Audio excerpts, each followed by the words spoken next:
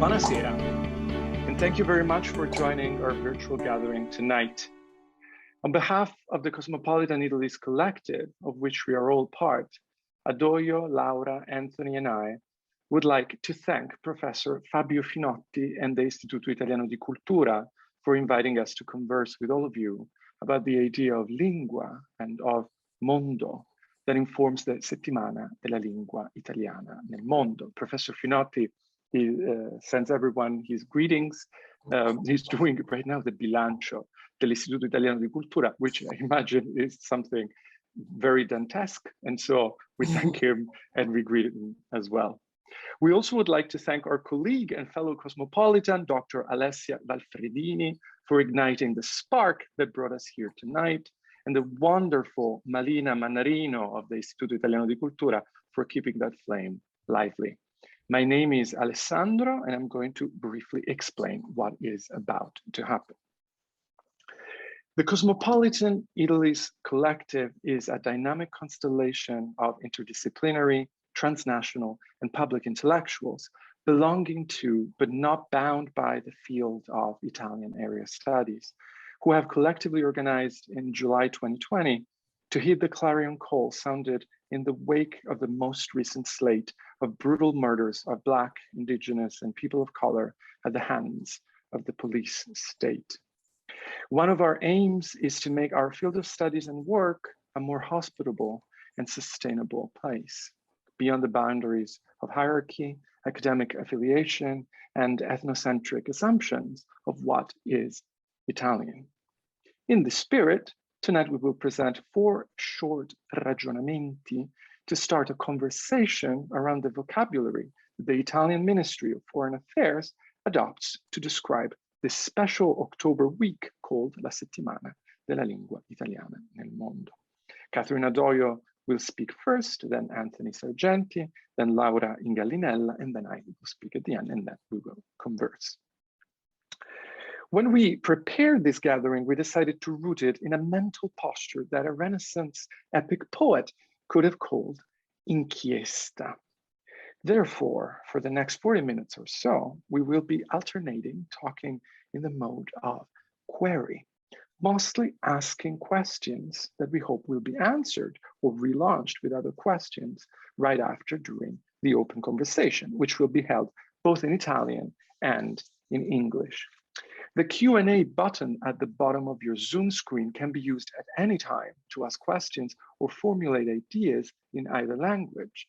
And during the conversation, anyone will be able to raise their virtual hand to directly join with audio and video. I should say that this event is being recorded and the video will be shared on the internet. And now, without further ado, I leave the floor to Dr. Catherine Adoyo. Grazie Alessandro. Buonasera a tutti. Good evening and good afternoon for those who might be in earlier time zones. It's such a pleasure to be here. I have my colleague, Alessandro, to thank for the title of my contribution, Lingua di cui si vanta amore. I'm always excited for the opportunity to pose questions, and the profoundly suggestive themes that came wrapped in the IIC's invitation to participate in this conversation were a veritable gift to that part of me whose lexicon consists entirely of questions. Slide, please. What does that mean? Why? Where did it come from? What is it for? The first question, we who share this impulse for interrogation, interrogating, the very premise of any discussion to its very roots. The first question we posed was, what do we mean by Italian? Once you get past the frame of aesthetic, culinary, and even academic tourism, what does it mean to say something is Italian? What does it mean to say someone is Italian? Does it have to do with formally documented nationality? Is it contingent upon birth or ancestry in the Mediterranean Peninsula? Does it entail atavistic affinity with ancient Romans and their language? Is it enough to be anchored in the language of that peninsula that thrives today and all the other languages that you find in the peninsula? This perpetually inquisitive permutation of me is especially robust when interrogating me. It reaches down toward the very roots of not just why and how I do the things I do, but also the ethical implications of why and how I think and feel about the world around me. In one such instance, I mentioned to Alessandro that a much vexed issue among African writers and literary scholars of the Anglophone world is the question, what is the difference between English literature and literature in English? All over Africa, people of different ethnic groups whose mother tongue and cultural heritage are quite distinct generally tend to be multilingual as a matter of course. So, for instance, the common linguistic profile of a Kenyan starts with 3 languages from the hearth, your mother tongue, Kiswahili, and the language of a geographically proximate other ethnic group, all of them learned and spoken from infancy. To this profile are later added a 4th and 5th language acquired in primary school, which was the case for me with English and eventually with French. So what does it mean to reframe this question for our purpose and ask, what is the difference between Italian literature and literature in Italian? Is there a frame to be drawn that can exemplify and clarify the authentic Italian experience? Can such an experience be had beyond the peninsula, beyond the Pillars of Hercules, across the Atlantic, around the Pacific? Does it retain its authenticity once abroad? Does it become something else? When Italian literature finds a home in the minds and hearts of non-Italians, is it still Italian literature? Or does it now become something else we can call literature in Italian? What do we mean when we say Italian? Slide, please. Leonardo Sciascia is incisive in una parola semplice when he says, l'italiano non è l'italiano, è il ragionare. This suggests to me that we can think of language as the whetstone for rational thought. Con meno italiano, lei sarebbe forse ancora più in alto. And in its absence, in the absence of l'italiano or il ragionare, reason fails. Instead, the fatuous and the officious prevails. In the Commedia, Adam emphasizes this correlation of reason and language, asserting, however, the ephemeral nature of the language for being born of human reason. Slide, please. The tongue that I spoke was utterly extinct before the followers of Nimrod turned their minds to their unattainable ambition. For nothing ever produced by reason, since human taste reflects the motion of the moving stars, can last forever. It is a work of nature man should speak, but if in this way or in that, nature leaves to you, allowing you to choose at your own pleasure.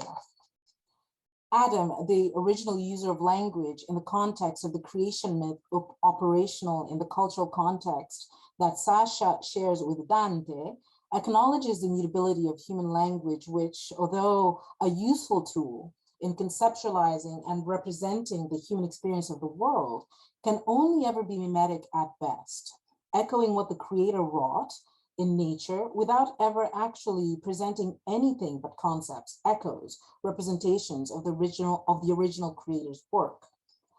On this score, Dante is quite persuasive in positing and dramatizing that the capacity for language is in fact humanity's principal instrument of creation.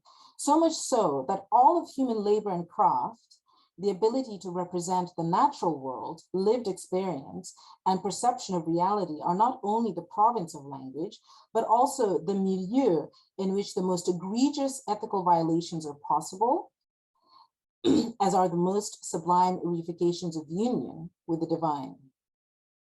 Notice, slide please.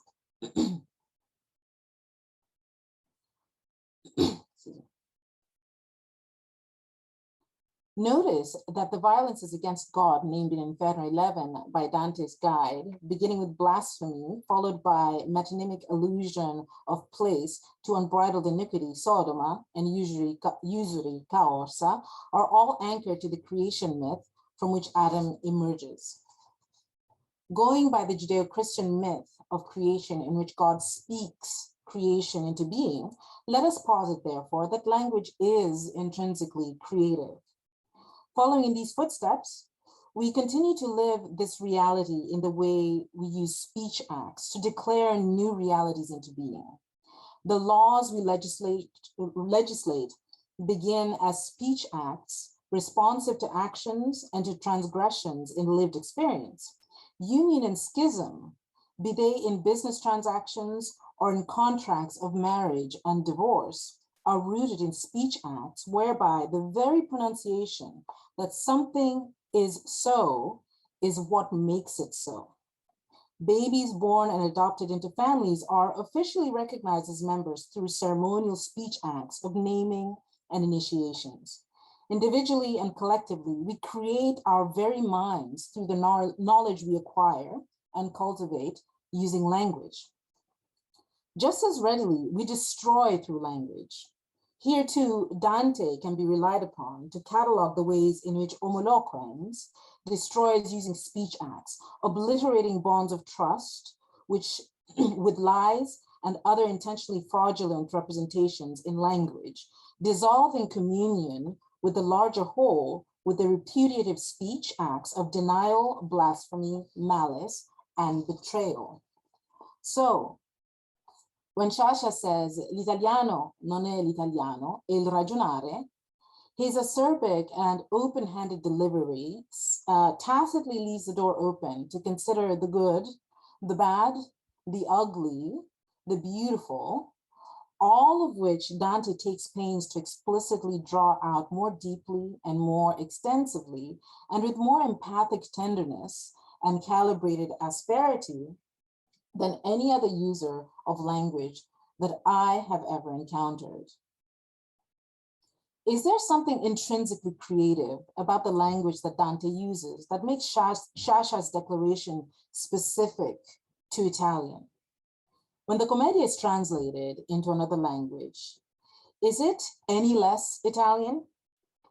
When decrying internal conflicts among the Italian families and city-states, the narrator of the Commedia specifically mentions a pair of feuding families in Verona whose conflict is today most widely represented to posterity by the tragic love story dramatized by an Elizabethan playwright in the English language. So let's have a look at the next slide, please.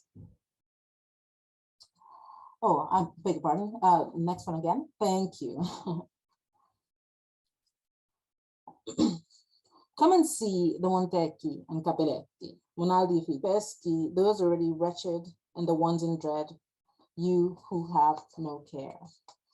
Would Shakespeare's Romeo and Juliet be made more Italian if it were translated into Italian? Would the language bring it back home? What about the bard's Julius Caesar? Is there something inherently Italian in the play's Machiavellian duality, in its rhetorical power, finesse, subtlety, and clarity that is so rare to find? Next slide, please. What about Shakespeare's Mark Antony? Does his curious mix of guile and candor in any way serve to authenticate that aforementioned Italian affinity with the ancients? I wonder where a passage like this, in which Mark Antony decries the murder of Julius Caesar, especially if translated in the Italian language, might offer some insight into our question. Ironically, I find myself increasingly skeptical that a peninsular poet could spit such venom at Italy. Notice, for instance, over thy wounds now I prophesy, Mark Antony says, which like dumb mouths do ope their ruby lips to beg the voice and utterance of my tongue. A curse shall light upon the limbs of men. Domestic fury, and fierce civil strife shall cumber all parts of Italy. Blood and destruction shall be so in use, and dreadful objects so familiar, that mothers shall but smile when they behold their infants quartered in the hands of war. All pity choked with custom of fell deeds, and Caesar's spirit raging for revenge, with Ate by his side, come hot from hell, shall in these confines, with the monarch's voice, cry havoc, and let slip the dogs of war, that this foul deed shall smell above the earth, with carrion men groaning for burial.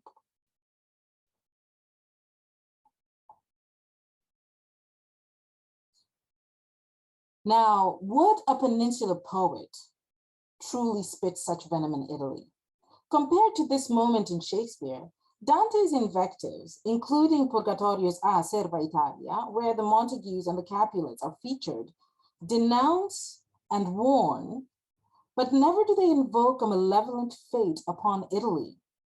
Even Petrarch, trying his hand at poetry in the language of the Italian hearth, all the way from France, seems more inclined to lament the unhappy state of his Italia Mia than wish upon her the evil Shakespeare's Mark Antony is imprecating. Cast about as I might, in that part of my mind where the voices of Italian poets and historians and philosophers resound, I could not think of any that compose words of such powerfully seductive yet naked hostility and ill will. Do Shakespeare's other Italian plays, next slide please, do Shakespeare's other Italian plays evince the same kind of disinterest in safeguarding the sensibilities of Italia in such glaring contrast to Dante and Petrarch, for example? When they're translated into Italian, do they in any way become less English? What about Italy's authors today, born in the peninsula and of ancestry rooted in other parts of the world, including, but not limited to those parts invaded and once colonized by Italian forces, especially in the Horn of Africa and along the eastern coast? When these writers when these writers published their work in their mother tongue, a language so beloved by John Milton that he called it, quote, the language of which love boasts, when they give voice to their Italian experience, are their voices recognized by their Italian kindred? Next slide, please. Or are they, like Otello, looked upon at home as extravagant and wheeling strangers of here and everywhere? Perhaps Otello is the most Italian of Shakespeare's plays that has matured to reflect Italy today. Many voices on the peninsula use the language of Dante, the language of Francesco d'Assisi, of Machiavelli, of Goldoni, of Manzoni, of Croce, of Gramsci and Levi and Ginsburg and Ferrante and Calvino and Montale and Sciascia. This language in its numberless permutations to draw lines that refuse dignity, identity, even life itself to the stranger of here and of everywhere. Next slide, please. It is perennially disconcerting to hear the voice of Iago from Otello pronounce the same language in which Dante represents heaven as a garden of light. L'italiano non è l'italiano, è il ragionare. And every time I recall my first encounter with Italian, with Francesco d'Assisi, with Dante, I let myself relax so that I may hear the poet's reasoning more clearly. Thank you so much for your attention.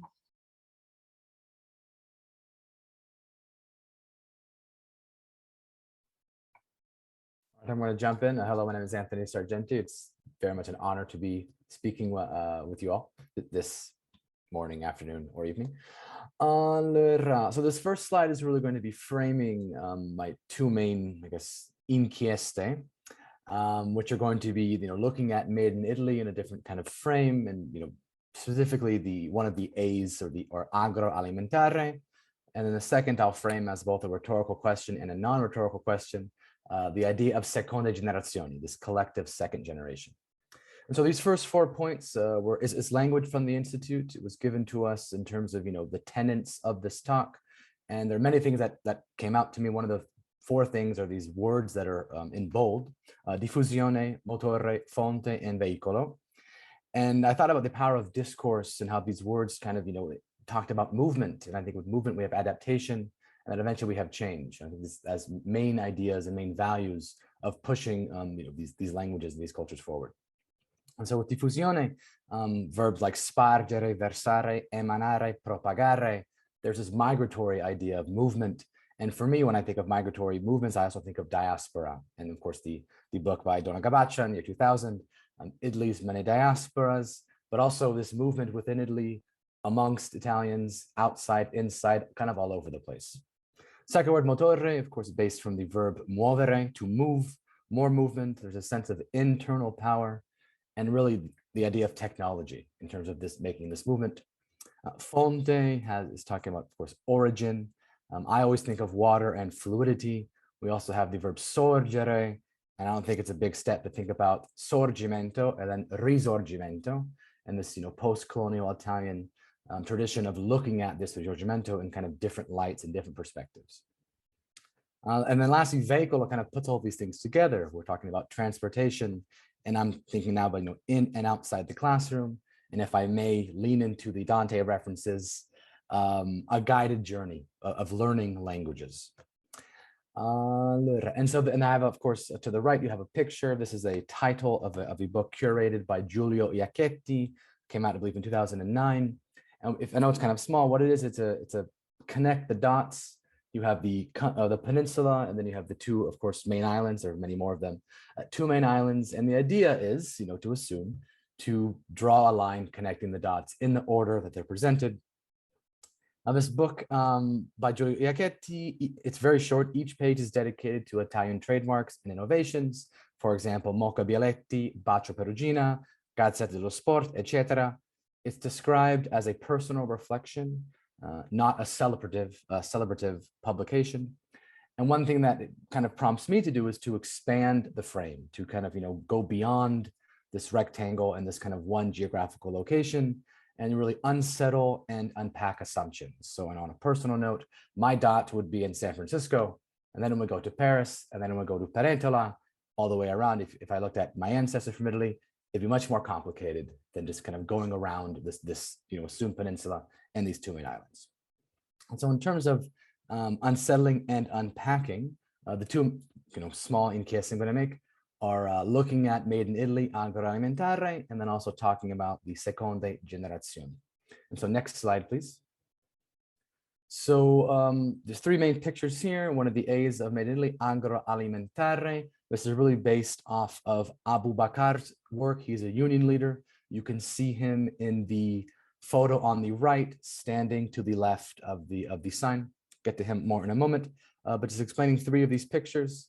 The idea here is recentering the narrative in terms of made in Italy around people, not just products or the production process.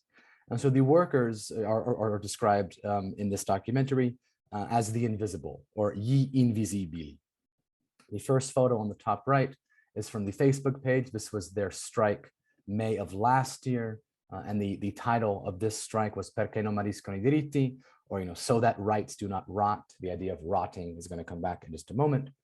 The bottom photo is from the same date. It was published in La Repubblica, showing the migrant workers, the farm workers, all of the workers marching in protest, and of course, the very powerful symbol of the raised fist in political solidarity. And then, of course, the last one, the photo on the right, which also has these watermarks that I'll get to towards the end. This was May of this year, and the title is Perché fioriscano I diritti, non le differenze. So that rights bloom and flourish and not indifference. And so Abu Bakr is a union leader, and at the beginning of this very short documentary, he states, if the workers lack dignity and rights, the food they provide is virtually rotten, end quote. So this documentary documents the nearly 200,000 undocumented workers who are mostly from Africa. In Italian, they're called braccianti, which literally means a pair of arms. And looking at the language And the power of that, it seems to also be somewhat emblematic of the labor exploitation of their bodies. This exploitation has been going on for years, if not generations. Miraculously, at the start of the pandemic, these workers were labeled essential. However, they had no rights, still low pay, and inhumane conditions. And the documentary goes into much detail about what are these inhumane conditions, labeling it a form of modern slavery. So we're talking 14 to 15 hours a day, rain, shine, heat, or cold. 30 days of work equates to about 8 or 10 days of pay, 3.5 to 4 euro an hour, no contract, no rights, no potable water on site, no ability to physically distance, no healthcare, and no medical facilities. And the goal of bringing all these facts to light is to liberate through solidarity. And one of the many quotable lines in the documentary is perché io non sono una merce. And so the people are not the product and they should not be treated and consumed.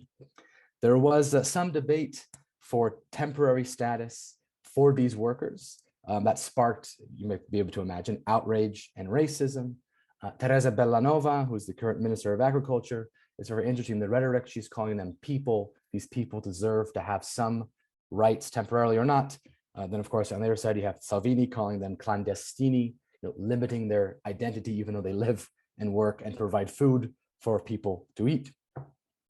One of the major points towards the end of the documentary is the goal of dispelling the myth that the caporali are the root cause of exploitation. The caporale, caporalato, are these predators that prey on people needing work, charging large sums of money, finding work, and then basically the people do not earn what they can because it's taken away. And that is, of course, a huge problem, but it's not, according to Abu Bakr, the root cause of the exploitation. And he blames, without calling out individual names, the retail chains that negotiate the cheapest price possible at the cost of people's lives and people's livelihoods. Some other lines quotable there I think are very powerful. Siamo esseri umani, non braccia, and then uguale lavoro, uguale salario. And you can hear these people chanting this there. One of the last notes about the documentary, very powerful, I think.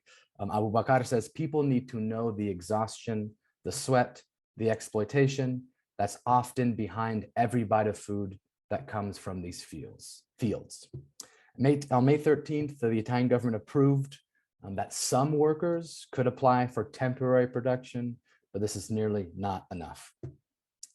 And then I left this here, this little watermark on these stock photos, and it just on kind of a little bit of a tangent, or maybe it's of interest, the idea of privatizing information and also holding back documentation and photos behind a paywall or a watermark. I just thought that was somewhat interesting, albeit a little bit tangential. So the next slide, please.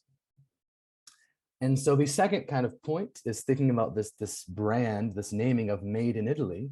And I put forth the argument that, the seconda generazione, the collective second generation, these are people that were either born and or raised or brought to Italy from a very young age, have gone to Italian schools, grown up in neighborhoods, have friends, contribute to society. And yet, because of the law of jus sanguinis, the bossi fini, they are not allowed citizenship until they reach the age of 18. Then they have to provide copious amounts of paperwork, and it's not guaranteed that they will become, a citizen.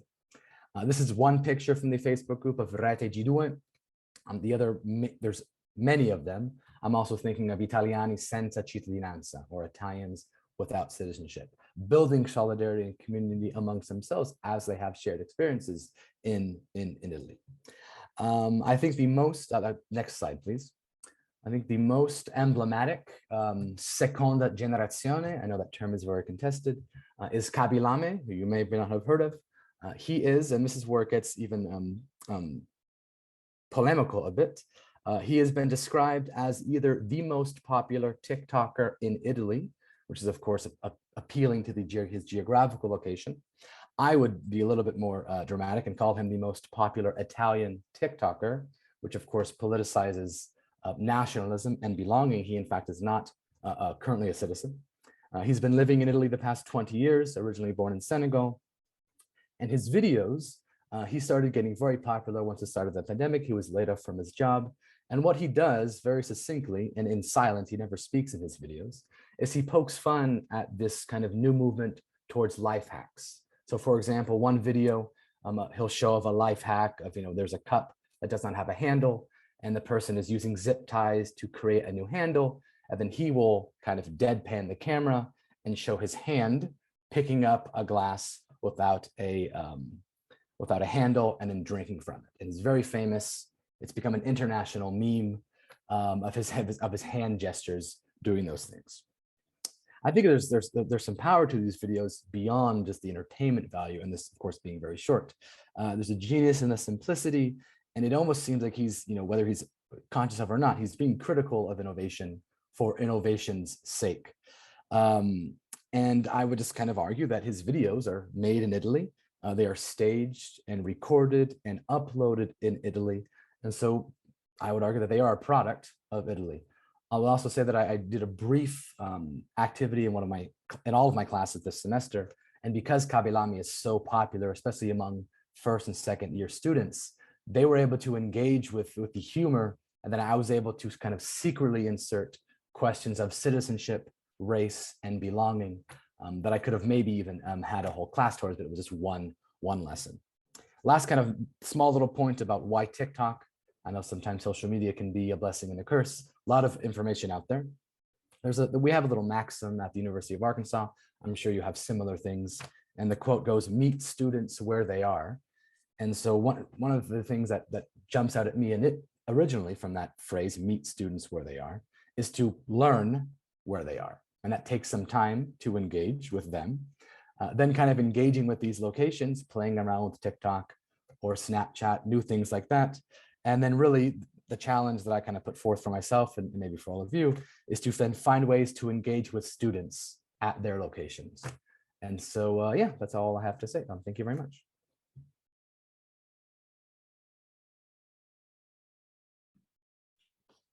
Thank you, Anthony, and thank you to all the presenti today.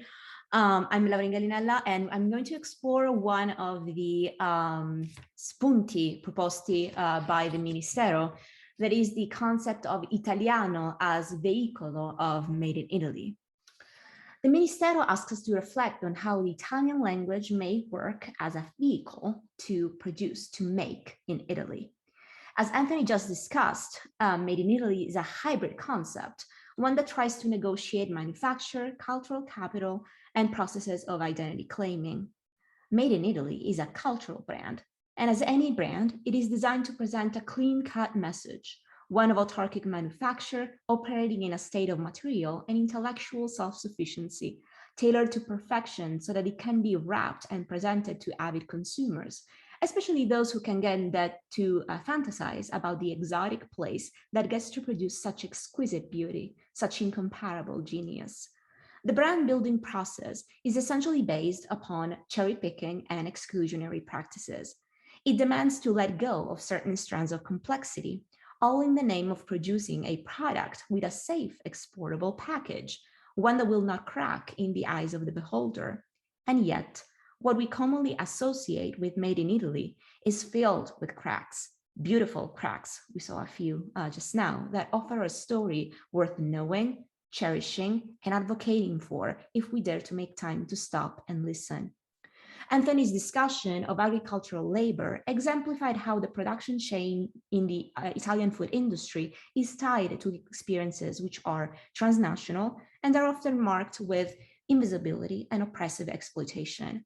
But a journey into any field of made in Italy would reveal many similar examples. Slide, please. For example, think of the fashion industry.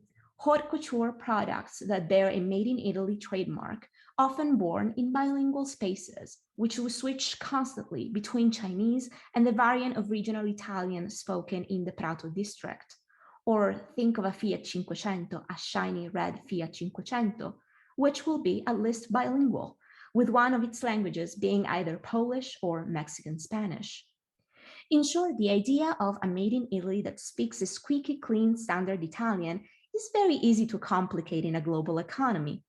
And yet, the idea that I want to explore with you is that, as Adoyo has anticipated in her introduction, this cosmopolitan porousness is not just a byproduct of a globalized present and recent past, but defines the history of the Italian peninsula in its entire spectrum.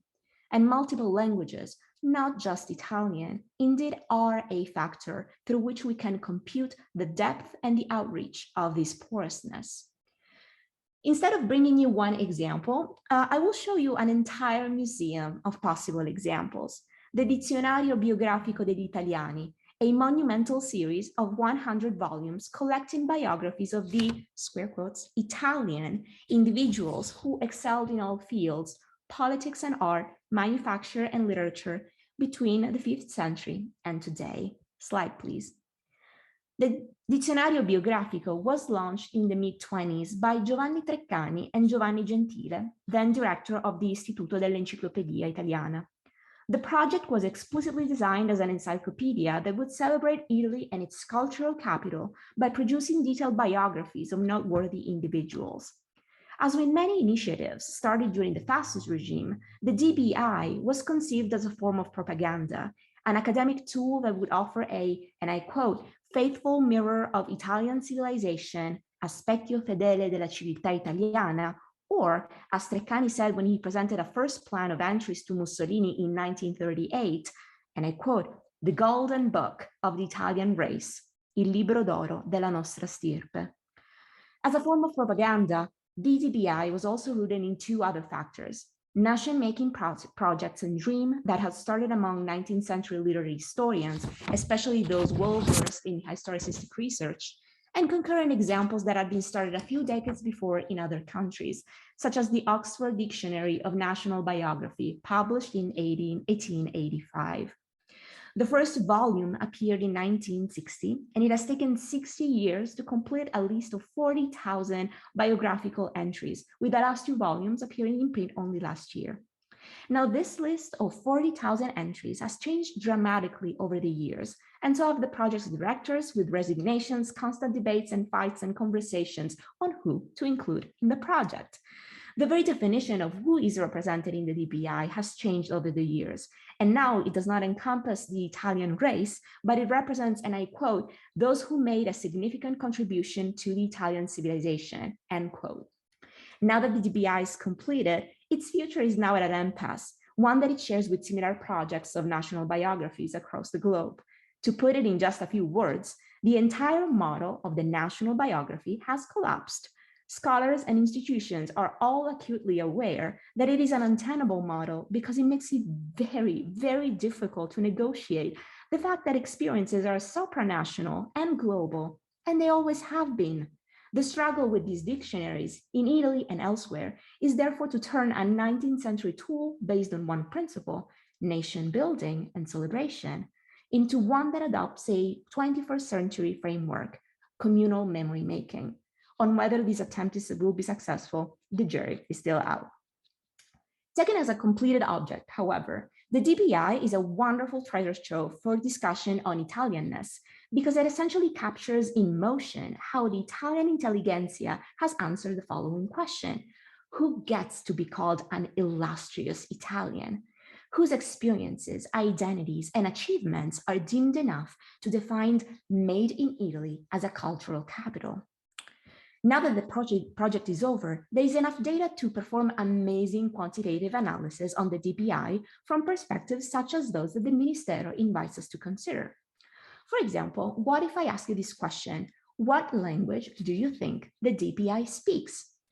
Even if we chose to bracket all the possible regional variants of Italian and the dialects spoken in the Italian peninsula under one label, you'd be surprised at how many of the individuals that are granted entries in the DBI were in reality not native Italian speakers, and most of all, people not born in the Italian peninsula who maybe spent only a portion of their lives there. Just within the letter C, whose entries were published pretty early in the history of the DBI in the 70s, the DBI celebrates individuals whose first languages were Arabic, French, German, Greek, Spanish. Now, if we got a chance to speak to all the individuals who were granted an entry in the DBI and ask them what they thought of their inclusion in the project, a hefty portion of these people would have trouble understanding the language of our question and its very nature. Some would raise their eyebrows with lack of understanding. What does italiano mean for someone born before Italy was made into a political entity? In truth, most will probably stop with us to discuss what we really mean with labels such as Italianness and made in Italy, exactly like we are doing today. As a case study, think of one of the pieces of cultural capital that we are canonically trained to automatically associate with Italian exceptionalism, the Renaissance. In the Italian peninsula, what we normally call the Renaissance was an explosion of transnational and multilingual encounters, and you find traces of that all over the DPI. I have a few examples in this slide. From left to right, think of Alexander Ackermann, a Flemish musician and singer who made a career under the Latinate pseudonym of Agricola all over the princely courts of Florence, Mantua, and Milan, working for the Medici, the Este, the Sforza. Think of Raimondo of Campania, a 14th century Black man from North Africa who was freed from slavery and had an astounding career in Naples, starting as the head of the royal kitchens and rising through the ranks of the Angevin court. Think of the German professionals, all the German professionals who started printing businesses in Rome and elsewhere during the mid-15th century, such as Arnold Panarts and Karen Sweinheim. Think of all the refugees coming from modern-day Greece, Turkey, and Cyprus, especially after the fall of Constantinople in 1453, who started teaching Greek and classical literature to swaths of pupils, say to a Pietro Bembo, all over the peninsula, such as Bessarion and specifically to Messina, Constantine Lascaris. Now, the cross-cultural intellectual labor of these transnational, multilingual identities was crucial to what we normally bracket as the Renaissance, the Italian exceptionalism. That is why Ackermann, Lascaris, Bessarion, Panarts, and Sweinheim are all granted a place at the table of the illustrious Italian of the DPI. Slide, please. Making Italy moves along porous multilingual trajectories, and it always has, as demonstrated by the fact that even a space that is built within traditional nationalist celebratory frameworks cannot escape from this porousness. So to conclude, I ask you this question: can we be courageous and sincere enough to translate the complexity and porousness that we already accept and practice when we celebrate our past, sometimes implicitly or complicitly, from the comfort of an encyclopedia entry, when we cherish and when we advocate for our present and our future? Which is to say, are we ready to embrace the fact that the labor that makes in Italy is cosmopolitan and multilingual, and it moves on as many streets, on as many roads, on as many vehicles as we dare to allow it to? Thank you. Well, Alessandro, the floor is yours. This is wonderful. Thank you, Laura. Okay, my last brief query now, before we open the floor to conversation, will revolve around the concept of diffusione, which was already touched upon. And it is a key term for any cultural project based on the idea of exporting and promoting a language and national culture, including, to be frank, my own job as a professor of Italian studies and any academic department like the one where I work, and of course the institution that hosts us tonight, the Istituto Italiano Di Cultura. What do we mean when we say that we want to promote la diffusione dell'italiano all'estero, especially now that the word diffusione vibrates so vividly within the sinister semantic spectrum of contagion, infection, and viral spreading? My apologies for moving away from Laura's brilliant take on encyclopedias and lexicography and the Renaissance to a way more mundane and crass topic, but I would like to start with a consideration about what is viral in Italian, suggested by my recent increased attention to social networks. During the pandemic, as I could not travel back to Italy, where I was born and my family lives, I started relying more and more on Twitter to interact with friends and people that I admire who live in a different time zone. In January of this year, when the United States Capitol endured what to me amounts to a fascist and terrorist attack, I noticed that what went viral in the Italian Twitter was a curious and absurd piece of news.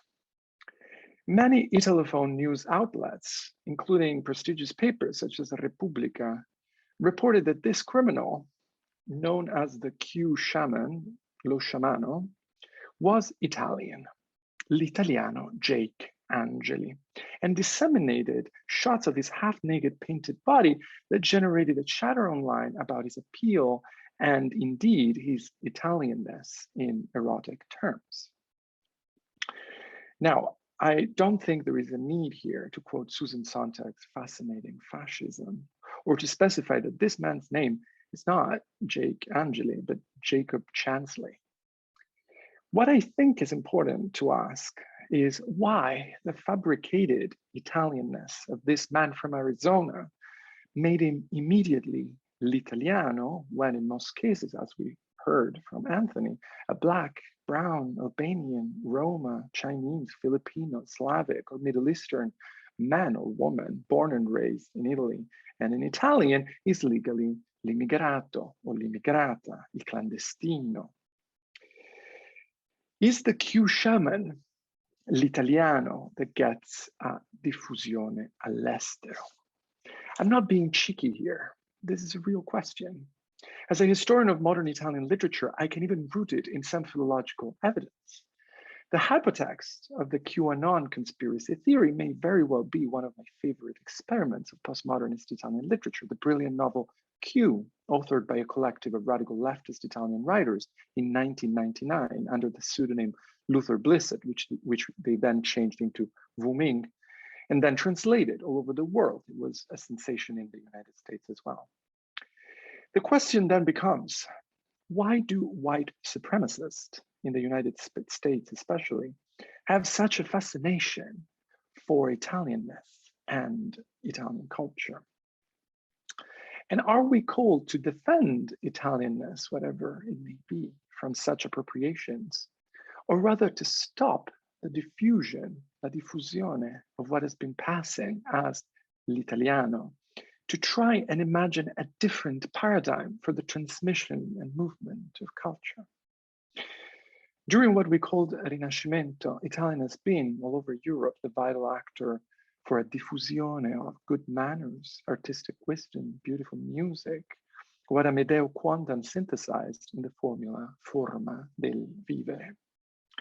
But it was also the language of the first European treatise about Africa, written by a Berber intellectual kidnapped and then freed by a Medicean pope, a treatise that traveled on the first transatlantic ship of enslaved people from Africa, and according to Ibram Kendi, is at the root of still enduring racist ideas in North America.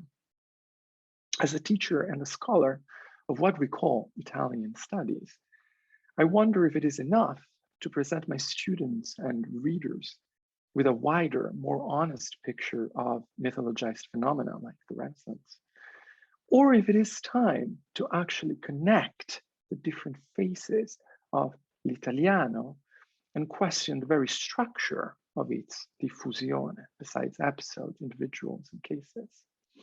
It may be time to propose an alternative paradigm, maybe by simply renouncing the first three letters of the word diffusione and changing it into fusione, a word that overcomes the binary distinction between l'estero and whatever is not estero.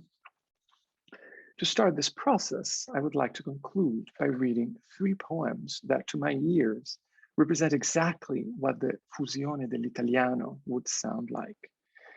They were written directly in Italian by people with no Italian ancestry or name and who were not born in the Italian peninsula. None of them was what we call a native speaker of Italian.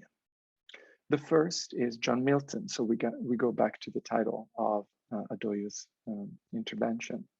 John Milton, of course, is the author of Paradise Lost, and he wrote, "Ridonsi donne e giovani amorose, ma accostandosi attorno è, perché scrivi? Perché tu scrivi in lingua ignota e strana, verseggiando d'amor? e come tosi. Dinne se la tua speme sia mai vana, de pensieri lo miglior t'arrivi, così mi van burlando. Altri rivi, altri lidi t'aspettano ed altre onde, nelle cui verdi sponde, spuntati ad or la tua chioma, l'immortal guider d'onde eterne frondi. Perché alle spalle tue soverchia soma, canzon, dirotti, e tu per me rispondi. Dice mia donna, il suo dire e il mio cuore. Questa è lingua di cui si vanta amore. The second poem is by Julio Cortázar, who actually did not speak Italian at all. I'm not adding a translation because this poem cannot be translated, and it exists entirely within the quintessentially Tuscan sounds and rhythms that compose it. Simonetta, la fosca malintesa, chiude le rame in altri fino al nardo, magari i tuoi allunghi di leopardo montano al valle dove sta la chiesa, o forse no, forse stai muta e resa da fronte al mare, piggiottando il dardo. Mi lascerai almeno essere un tardo seguitore, lo schiavo che ti stresa. Ieri venivano di dolente sprozze, sospirando col giglio e col fenoglio, in mezzo al trimalcionico festaccio. Ma questa sera, Simonetta, nozze, di ombra amaranto e razzi, dell'orgoglio giungono furia nel luttuoso bacio. The last poem is from this book by Giunta Lahiri that my students and colleagues know very well. And before I read it, I want to mention that the newspaper La Stampa, when the book came out earlier this year, launched it with an interview. The editors decided, as you can see from the slide, to put italiane between scare quotes in the title, and directly misquoted Lahiri, who did not say la vostra lingua at all in the actual interview. I don't know who else should feel entitled to say la mia lingua, if not a writer able to make me feel like I'm a stranger in the language that I was born into, that I'm supposed to diffondere all'estero, and that I just want to fondere. And here goes the poem. Stamane al bar arriviamo per primi, prima del solito, che sono in partenza. Porta aperta, chiuso e spento tutto il resto, serranda ancora da sollevare, latte da tirare fuori dal frigo, grande macchina da far partire, come fosse un termosifone tanto atteso, finalmente acceso, a Roma, a metà novembre.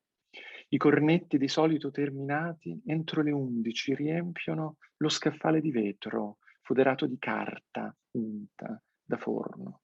Il ragazzo ci accoglie in quelle tenebre mattutine, ci offre dell'acqua. Mentre la macchina si scalda man mano, ecco quella frizzante, arriva il caffè. Mentre si sistema tutto, ci parla in tono placato, a ogni gesto accompagnato da 2 parole.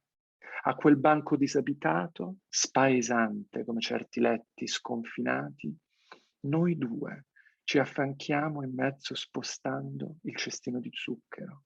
Quando paghiamo, aspettiamo perfino che la cassa si svegli e fuori il primo freddo della stagione colpisce. Thank you very much. It is now time to open to the conversation. Some of you already started using the chat, which is amazing. I ask all the panelists and Alessia, who is a panelist for some reason, if she's still there, to eccoli qua. So we have a number of tools to start a conversation. One is the Q&A button. You can use it to ask questions that are going to be visible by everyone and are going to be answered by anyone. You can use the chat, of course, and you can raise your virtual hand. If you do so, I'm going to be able, as the host, to give you the ability to speak in audio and video. Okay, that's really cool. Yay! So we're ready for things. One thing that I wanted to read from the chat, I don't know if everyone can read it because I think it was for hosts and panelists. Chiara Benetollo from Bryn Mawr College, Dr. Chiara Benetollo says, I find it very fascinating that uguale lavoro, uguale salario, which was a slogan born in the feminist battles against gender discrimination, now applies to racial discrimination and exploitation. Makes me think of the importance of intersectionality, of course, and the evolution of human rights job battles in Italy. That's really cool. I think it was suggested by Anthony's information.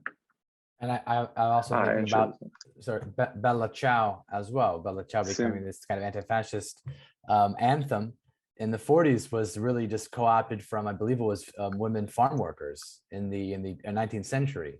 Their melody became, the lyrics were changed. And so there's even that connection too. To which I would like to add something. One of the most beautiful renditions of the original song of Le Mondine was by, what's her name? This amazing fundamental folk songwriter in Italy, Marini, who did I don't know, she came to the United States in the early 60s in Boston. She spent a year here, and then she came back to Italy and wrote an album, L'America ve la racconto io, which is incredible. 1962 feminist communist songwriter from Italy talks entirely about labor and race in the early 60s in the United States. One of the most amazing things I've ever heard about America, and I had no clue it came from this woman. This one. Okay. Random fact. It's really amazing input. And I was thinking that I was really happy that you, Alessandro, not only brought this wonderful musical example, but also like read the Lahiri's poem, because I think one of the byproducts of how we need to change our conversation is that if you think about it, all the pieces that we read and all the people that we talked about are mostly male. And this is, I think, not by chance. I didn't, my sort of like little percorso on the dizionario should have started with I want to say like a disclaimer that there is only 4% of entries at all in this dictionary devoted to women. And this, as I was saying, like it's not by chance. So it's not just the reality that is intersectional, but also the work that we must do that is intersectional. And so we must bring in all these voices to the conversation. And so I'm really grateful for that comment, because it's work that needs to be done and that we must constantly do together. Yeah.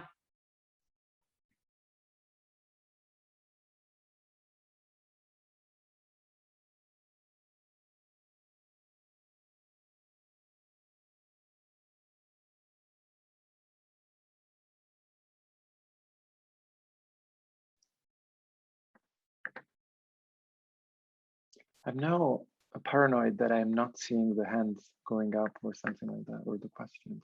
But see, everything should be open.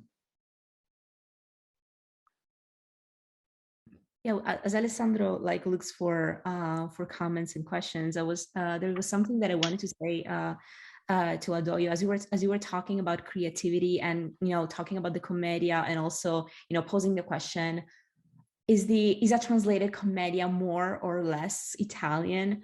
I was thinking that personally, one of the most beautiful initiatives that I've seen, taken during this like Dante year, where everyone has been talking and thinking about Dante, were initiatives taken in the United States where essentially cantos or readings of the Divine Comedy have been made with original translations into indigenous languages.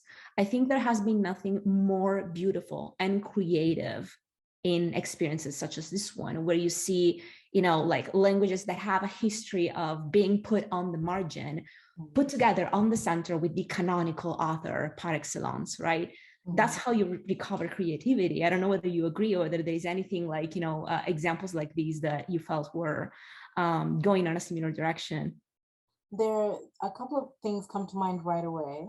First, I think I read, when I was reading the passage where Adam is telling Dante about the language that he spoke, he finishes his discourse on language by basically saying, nature gives us the disposition to speak language, but the way you speak language is up to you. I think it's, yes, there you go. It is the work of nature, opera naturale, è quam favella, ma così o così natura lascia poi fare a voi secondo che va bella. Cioè fate come vi pare. There's no there's no restriction. And this is Dante Alighieri, who wrote an entire treatise about the vulgari eloquentia, the Dante Alighieri, who, when he was asked why he wrote the Commedia in the vernacular, had this beautiful and very erudite Latin repos about the virtue of the language of the heart. But most importantly, I think, Dante Alighieri, who recognizes the vernacular as the language of the heart, right? So who does not, besides the sort of the academic, if you will, the formal academic implications of what that means, the idea that he's obviating or rejecting, right, the conscription of poetry merely to the privilege, saying that we can use the language of women and children and babies, right, la favela dei bimbi, to speak of the most profoundly felt and the most sublime human experiences, right? That he says that that is possible already says a great deal. Now, the other thing that really strikes me about him calling this the language of the heart, the academic formal angle aside, is that taken together with what Adamo says at the end here, the idea, you know, create language as suits you, is and Dante, we know that the Commedia itself is quite plurilingual, not only in the obvious examples where you have, you know, Provençal being quoted, or Latinismi, or even some of his coined otherworldly languages spoken by the supernatural, but the very idea that he brings together and melds the sort of the known regional language of his area with erudite language, with popular language, in order to create this vehicle of representation, right? This vehicle of conceptual representation of not only experience, but also ideas. Like, this is a Dante for whom language is all potential and not restriction, right? So when Alessandro, when you showed that, I'm sorry, I can't stop laughing. When he showed the newspaper article with scare quotes around yes, la vostra lingua, and the idea that they're trying to convey that when we talk about her poetry, then there's something inauthentic about them, right? They're foreign. I thought to myself, this is actually quite contrary and antithetical to the very open and forward-looking vision that Dante has, not just about Italian, but about language. This is why I focus my idea on language itself, not just Italianness. So the question then becomes, what is it about Italian? And these scare quotes are wonderful because I think they illustrate the point. What is it about Italian that leads those who would argue for its exceptionalism so special, right? The other thought that came to mind was I was engaged in a project where we were talking about just celebrating Dante in general, right? And the questioner posed a question to me that I think he had posed to everybody else, which was, does Dante work in translation? Meaning, what are people missing if they read the Commedia in translation versus if they read it in the original Italian? Now, no doubt all of you have heard reams of purist arguments about how the Commedia can only be read in Italiano, right? So anything else is missing something. Like, there's so much that gets lost in translation when you can't get that subtle split hair difference of what come sa di sale and what that means. You know, I'm sorry to be facetious about it, and I don't mean to be, because I understand what I understand what inspires this need, or this desire to share with others your delectation, your enjoyment of how that particular thought was shaped by its poet when he created it, right? It's like when you bite into something really delicious and your best friend is there and you want them to taste it too. Problem is your taste buds might work differently. So the thing that is incredibly appealing to you may be indifferent to them or may actually be unappealing to them. So what I'm getting at here is, where is the beauty of the commedia? Is it in the language per se, right? Is it in the Italiano itself? My response to this, to my questioner, was no. Yes, language is definitely part of it. It's not just the surface. It is an intrinsic part of the poetry, but the way the commedia is written and the choices that, and I will speak specifically about the narrator, the choices that the narrator makes to engage his readers go beyond the need to know the language. And so this is where I think for Dante, the language of the heart isn't just the Italian vernacular. The language of the heart is a language that is native to you who are listening. It's a language that is native to his reader. And my last point being that if you notice throughout the commedia, the pilgrim has all kinds of interlocutors, right? From all over the world, many of them Italians, some of them French, some of them Latin, and a whole bunch of them mythological or biblical, yes? They're all speaking Italian, more or less, with a handful of exceptions. But that's the pilgrim's interlocutors. The narrator has only one interlocutor. The narrator only ever speaks directly to one person. And I say directly on purpose, as opposed to just in the general declamatory voice. The narrator only ever speaks to you, the reader.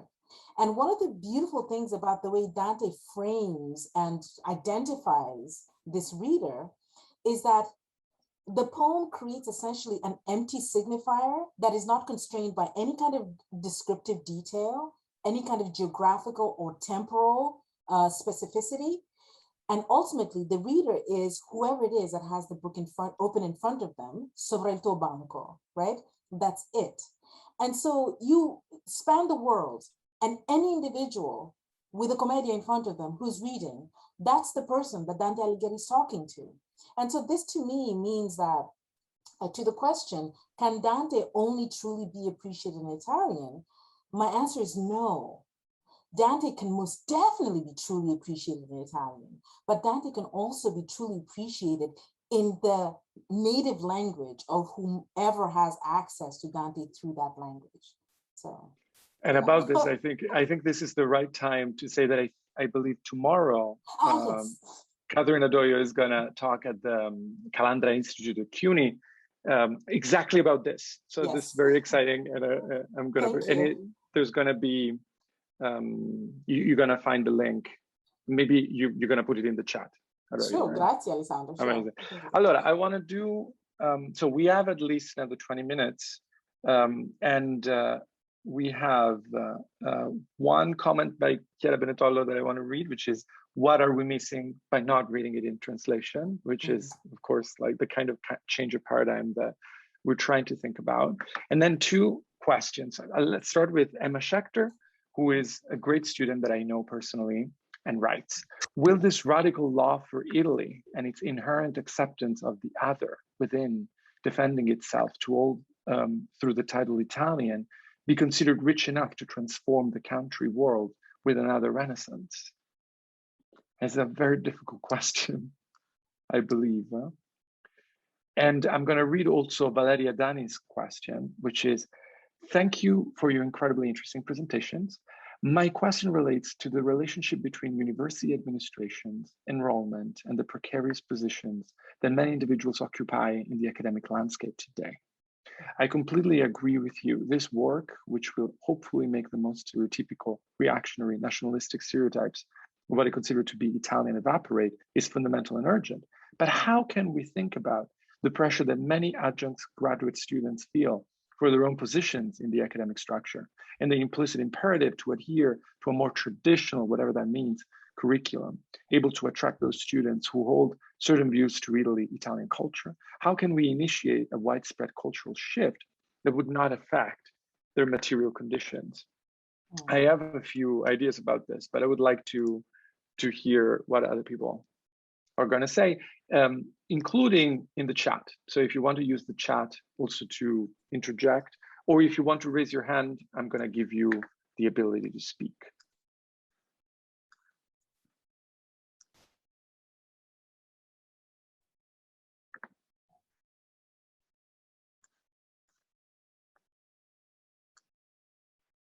Also, the panelists can answer these questions.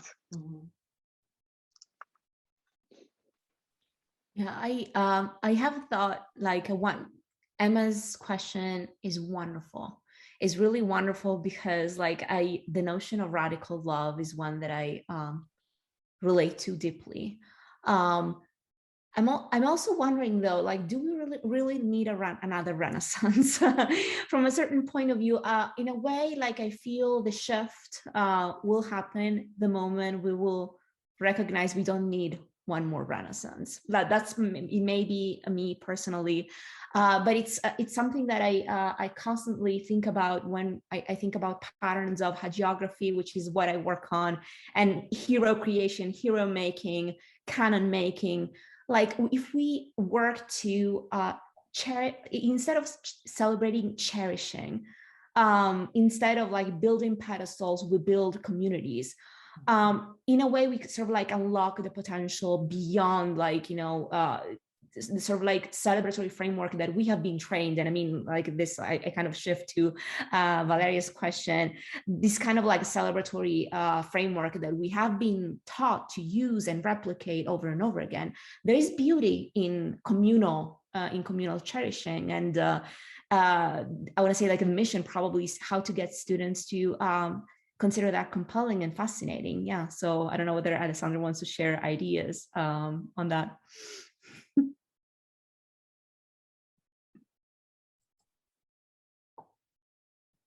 I'm muted, sorry. There are a couple of things that were bouncing in my mind as you were speaking. And I think one of the fundamental things that joined us as a collective, the Cosmopolitan Italies Collective, was exactly this kind of idiosyncrasy, this doubleness of being at the same time trained in one of the most traditional, no, in one of the most normative, probably disciplines in the humanities, at least within the languages, whatever. No, the peculiarity of Italian is exactly that it is in a way more traditional, more enamored, more nostalgic, more marmoreal than other disciplines because it was rooted in projects like the one that Laura showed us. No, Giovanni Gentile is still the real Giovanni Gentile, who was the leading intellectual of the fascist party, national party during the regime. Giovanni Gentile is still at the core of whatever Italian studies is. The rhetoric, the kind of projects, everything is. So being at the same time that, and at the same time, at the same time, to use this word love, no, growing to love something that is rooted in horror, and at the same time realizing this and trying to evade it. I think it's a very weird position to be in. From the very material structural point of view of the job market that Valeria is evoking. This is something that is very important for academics, is very irrelevant for people who are not academics. So I'm sorry to spend a second about this in a public talk, but I like that I'm seeing jobs that are now in Italian studies that are open to feel the need for people who do post-colonial work, for instance, or explicitly queer and gender studies oriented research. That is an interesting thing to happen. Now the question remains, though, is it enough to add? No, I think this is the core of also what Laura was saying. And is it enough to add a perspective to, because fascism works this way. Now fascism is about the fascis, il fascio, it's about bundling stuff together, anything goes, no? The difference between Italian fascism and German Nazism in a way is that German Nazism was selective and Italian fascism was welcoming. of everything. It makes everything itself. It's a method and not an idea. Is it enough to add to the bundle of Italian studies also race critical theory, or also gender studies, or also post-colonial perspective? Or is it necessary to change the paradigm? I think it's necessary to change the paradigm. And my impression, practically, as a professor, as a teacher, is that when I teach courses that have content that aspires to do this work, they're more popular than the courses that don't, especially when they're explicitly about this, especially when they go into, you know, let's do the Renaissance, but only Black and queer intellectuals of the Renaissance. Let's do the 20th century canon of the great books, but let's only read novels by women in this kind. Students, I feel, are excited about this, and I trust the excitement of students very much, and of younger people than me. I think Catherine. Yes, I'm fascinated by Valeria's question, and I'm really grateful for it, especially since at the center of the part that really is drawing my attention is how can we think about the pressure that many adjuncts, graduate students feel for their own position in the academic structure, and the implicit imperative to adhere to a more, quote, traditional curriculum, able to attract those students who hold certain views of Italy. Allow me to open the question up a little bit. I'm back with my magnifying glass again. The bottom part of it sounds to me like the premise here is that the departmental programs are structured with a view to service a certain kind of student, right? So these are opened up as service programs. Students who have certain ideas are the ones who would be attracted to these kinds of curricula, and that is why the curricula are established. And then everyone is sort of conscripted to engage in them. I hope I understood that correctly. Please correct me if I'm wrong. So that part of it, if that's a clear understanding, then the upper part of the quote that I read, which is the pressure then that instructors feel for their own positions in the academic structure, this to me is like, I personally, it goes to the heart of how's the best way to describe this? I think the most radical kind of political engagement one can have as a teacher is to be able to to articulate, maybe not define, but articulate what their mission is outside of or independent of academic structures, independent of institutional structures that require certain kinds of behaviors and adherences to offer support or legitimacy. I think that if any individual is able to articulate this clearly for themselves, and I don't mean in the kind of way that you're asked to do when you write a teaching statement for a job application or that sort of thing, because I think maybe there are some elements of formalism in that as well, but really, if one were to do this thing that we're so fond of doing at the Cosmopolitan Collective, which is radical self-interrogation, sit yourself down and ask yourself, why am I doing this? And if you're truly honest about it, like glaringly honest about it, then try to articulate whether the reason why you're in this work, in this field, in this milieu, is for the career, because then that defines what kind of path you're going to take. And you know, and we know that there are many people who choose these paths for the career, right? They're the Procuratore della Repubblica, of whom Shasha speaks, right? The sort of I'm looking for this word, but I can't find it anymore. Funzionario, right? Funzionario of the institution. And I think it's good to be honest and candid with oneself before you have to worry about accounting to other people. If it's a funzionario kind of life that you're concerned with, then it becomes clear to you how to arrange your life and approach the institutions. And that also includes your ability to define where your limits and boundaries are with respect to adhering to their requirements to service certain kinds of curricula. If, however, in the process of radical self-interrogation, you discover that no, you're not a funcionario, right?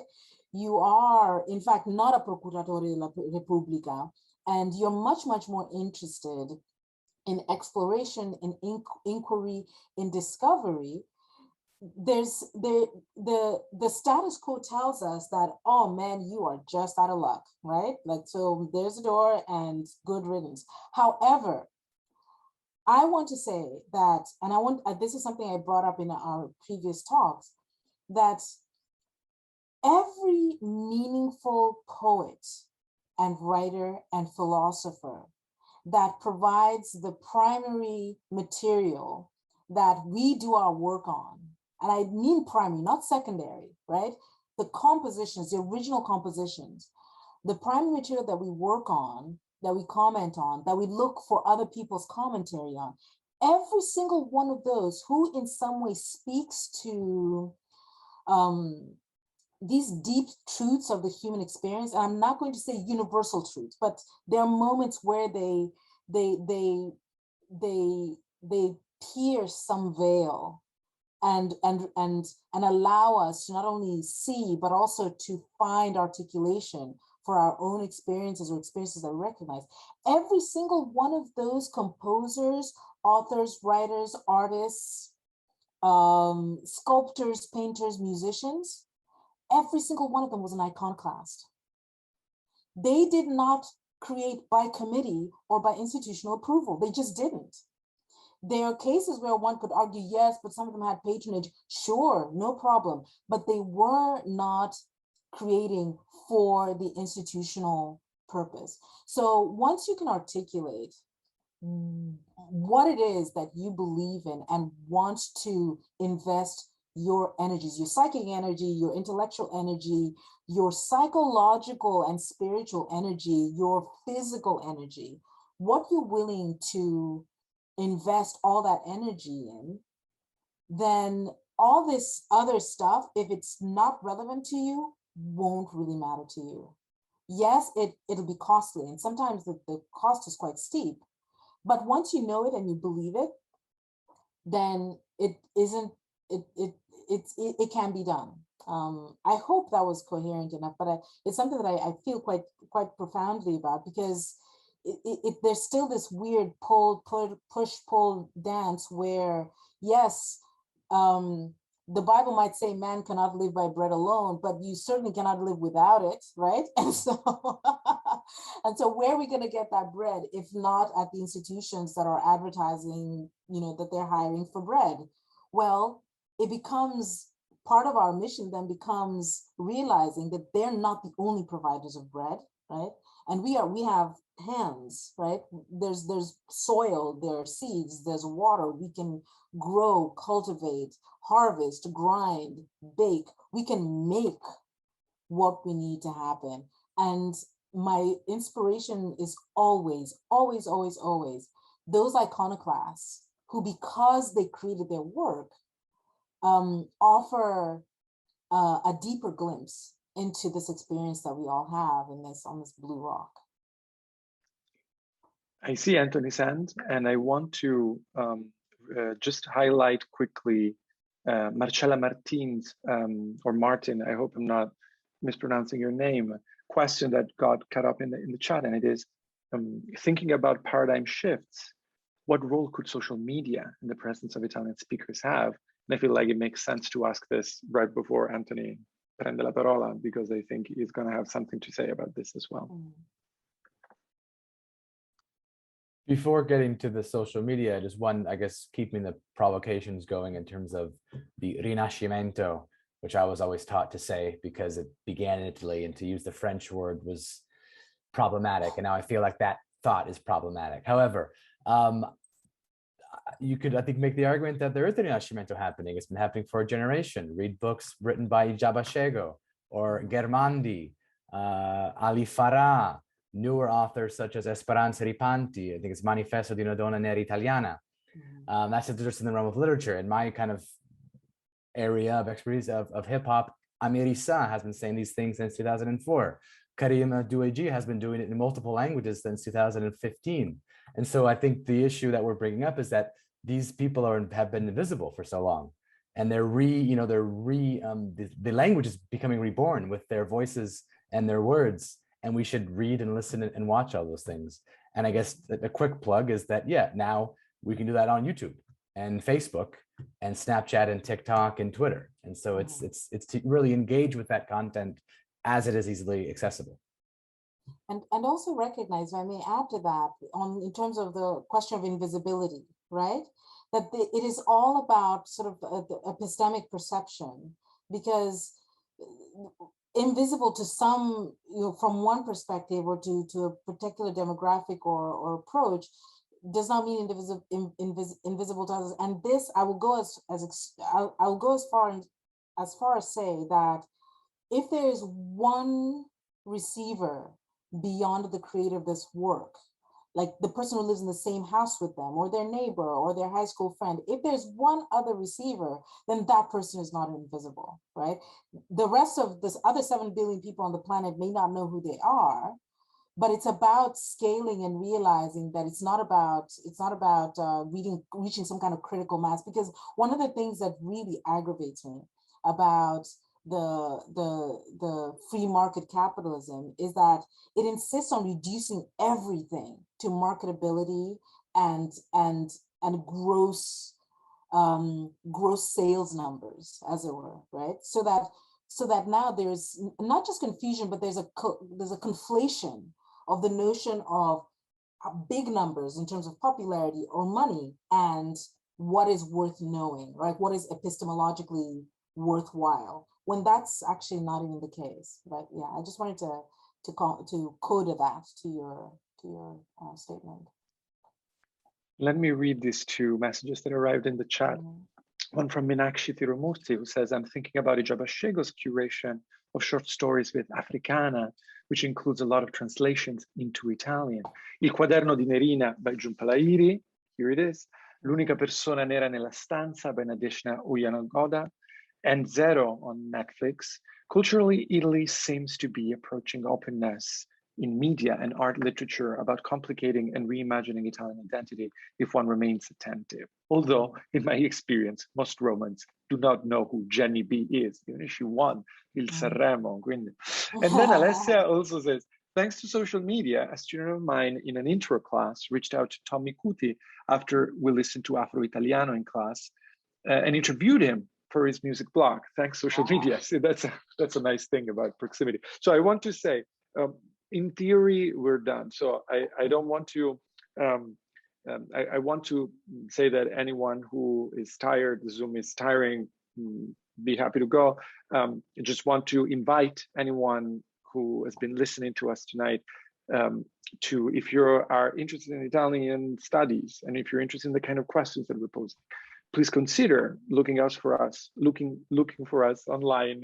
I'm going to put a link in the chat with our manifesto, and joining our mailing list, our collective, take part in the meetings, organize stuff. This is all about organizing, and it's very horizontal, and there's no authority that is going to gatekeep it.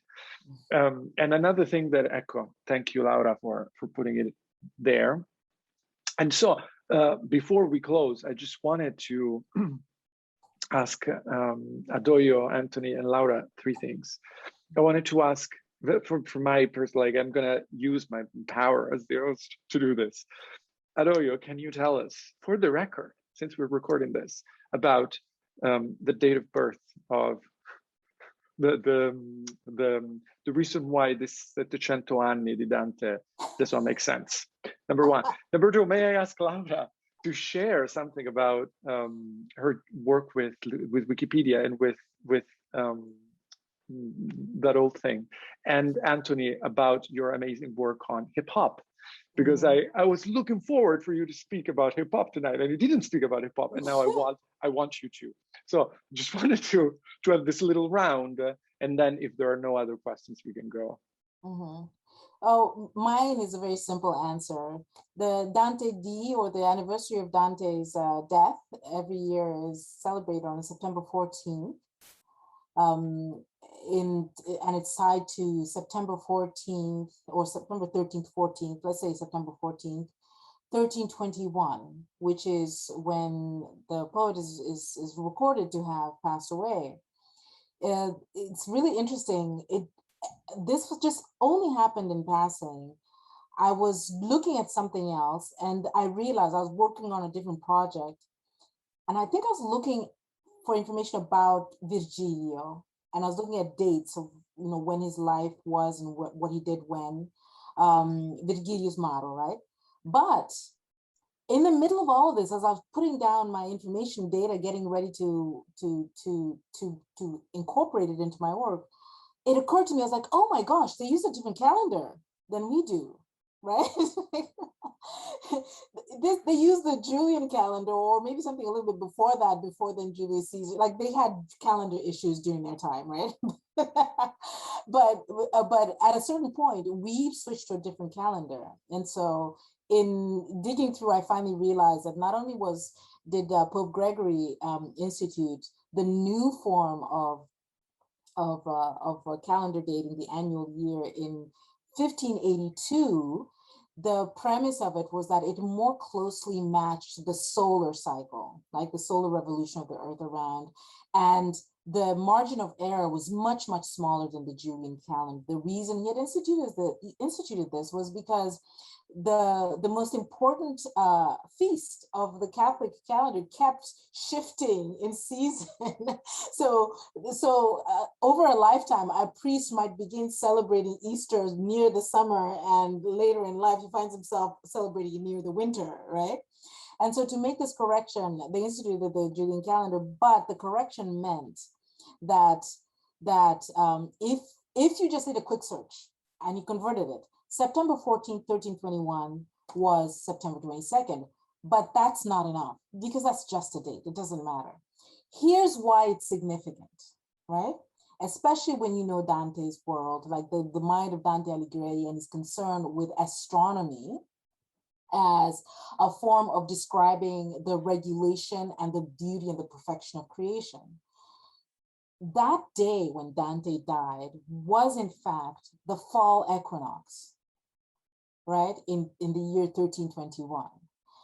And so translate that to our time, even without the help of the Julian calendar, the fall equinox does in fact fall on September 22nd, and it aligns perfectly with the Julian calendar. So the thing that cracks me up is that every year when they celebrate Dante's death, they're essentially killing him 8 days before he actually kicks off. And I don't think he would appreciate that very much. So thank you for asking, and there you have it.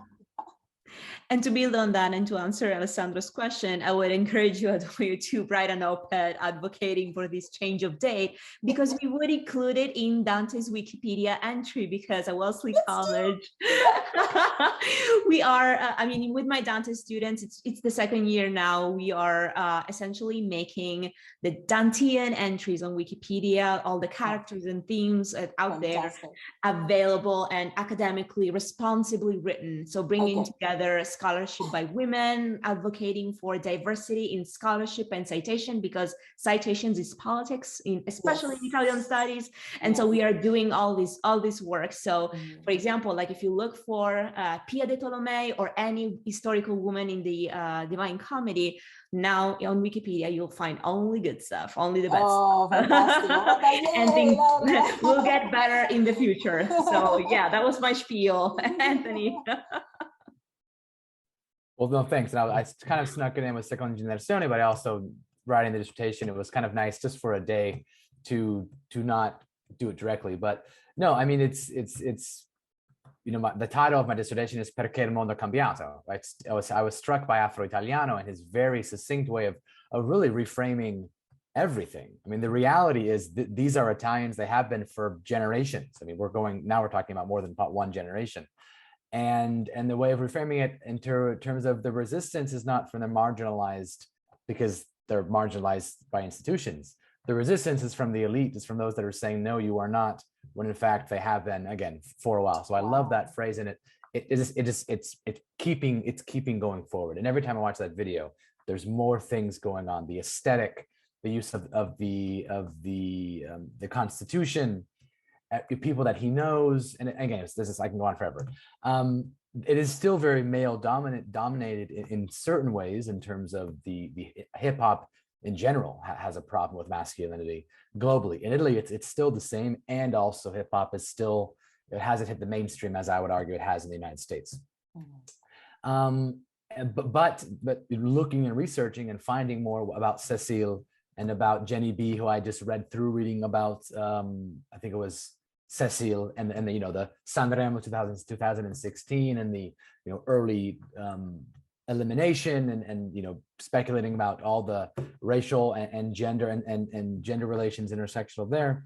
And then looking at Karima Doueji, who, amazingly and very interestingly, changed from the Hindu-Arabic numeral 2, which is read as due, depending on the language, writing it out as due. And so, and then of course, having been rapping and singing in, I think it's called Pidgin English, because her goal was to reach out to people, I believe, in and around Liberia, where she has some roots she identifies with.